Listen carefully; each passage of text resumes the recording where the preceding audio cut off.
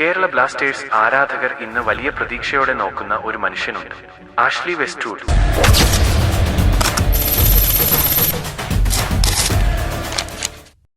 പക്ഷേ അദ്ദേഹം ഇവിടെ എത്തിയത് ഒരൊറ്റ ദിവസം കൊണ്ടല്ല. വർഷങ്ങളുടെ കഠിനാധ്വാനവും പോരാട്ടങ്ങളും നിറഞ്ഞ ഒരു യാത്രയുടെ ഫലമാണ് ഇത്. ഇംഗ്ലണ്ടിൽ ജനിച്ച ഒരു സാധാരണ കുട്ടി.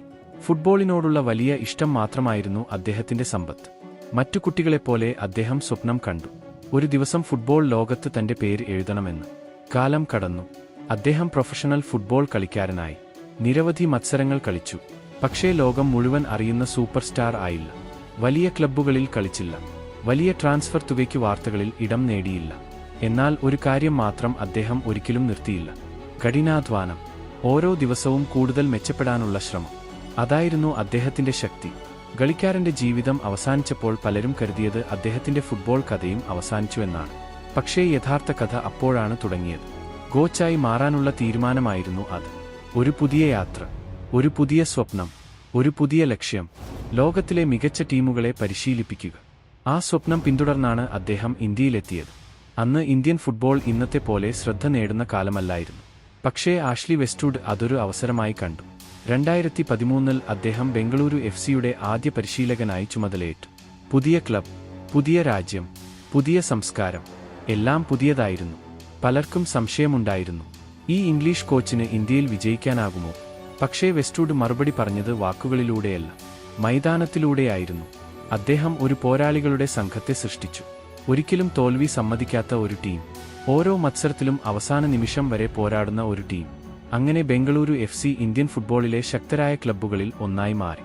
ട്രോഫികൾ വന്നു, വിജയങ്ങൾ വന്നു, ആരാധകരുടെ സ്നേഹം വന്നു. അദ്ദേഹത്തിന്റെ പേര് ഇന്ത്യൻ ഫുട്ബോളിന്റെ ചരിത്രത്തിൽ ഇടം നേടി.